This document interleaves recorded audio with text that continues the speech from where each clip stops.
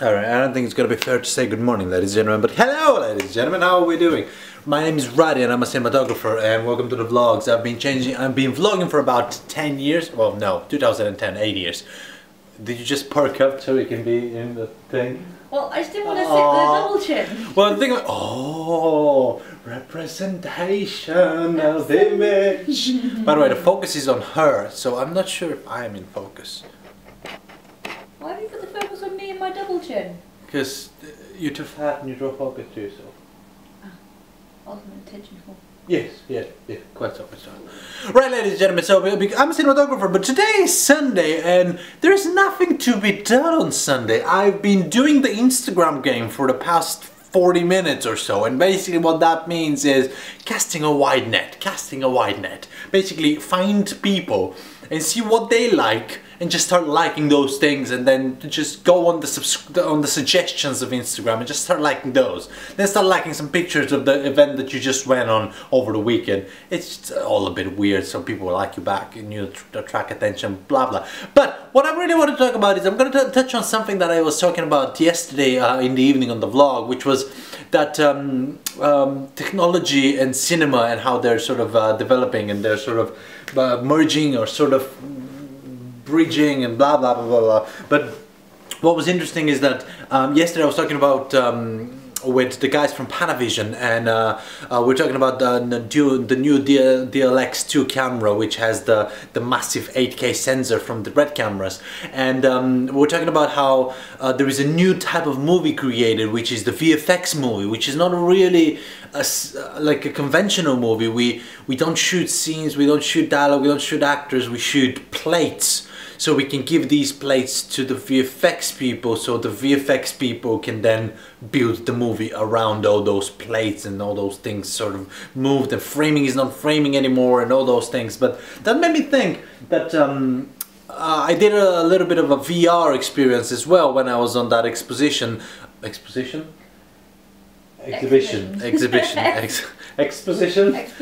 exhibition is expositional. And I thought, do you know what? Could these VFX movies be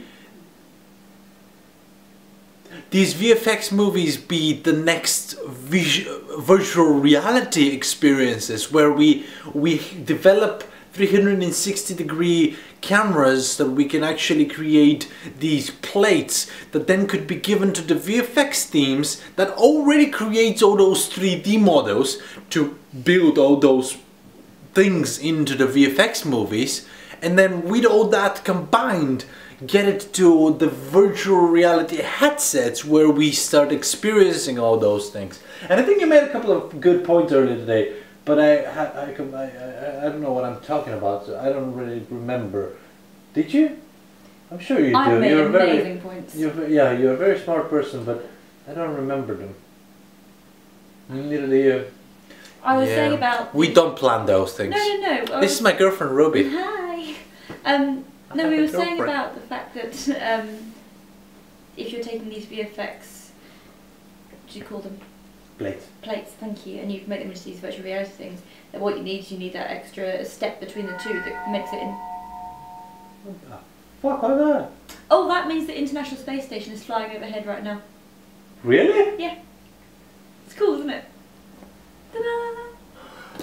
Crashes through the living room. Yeah. No, you need that extra connector, which is making sure that you've got someone who can create some sort of story interaction or something interesting with it, rather than it being just a visual spectacular, and that's what will make it amazing. And not the fact that it's just the visuals are important. The visuals, the fact you've got this ready-made visual effects and VR waiting to sit together is fantastic, but you need something else special to make it into something that actually takes off and works. Which is going to be the creation of the new type of storytellers, which is going to be, we're not using the technology to tell the stories. The technology is part of the story now. It's not a tool that we use to tell the story.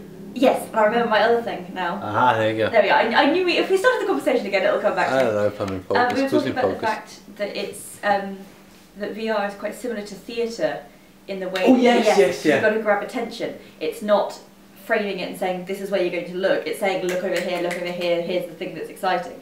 and it's about trying to make sure that when you're telling stories through VR, you're not just taking into account that this is where the action's happening, so that's where you expect them to look, but actually being able to grab attention, and actually that leaves you open for more exciting things. If you can grab attention and make sure they're focused here, you can set up a surprise over here, but only if you know their attention's over here.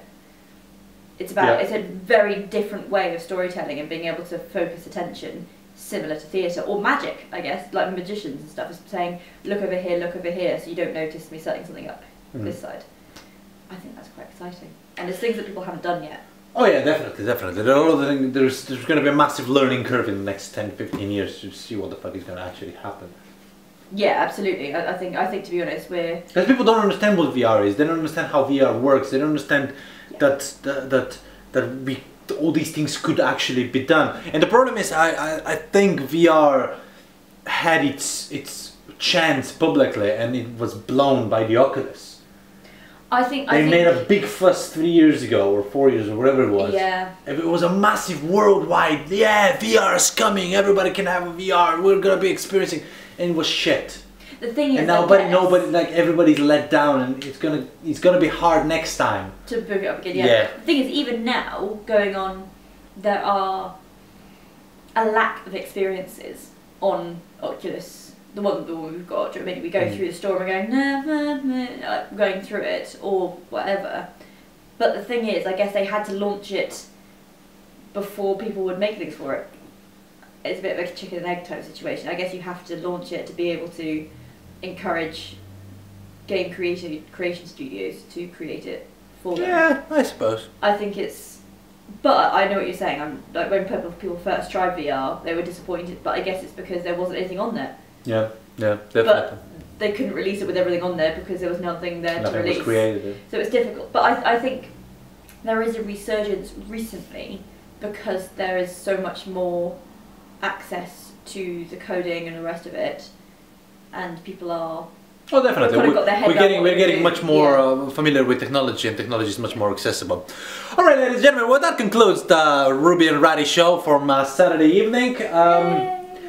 We're gonna be eating carrots and hummus and watch a movie. Don't hit yourself up the head now. Don't hit me.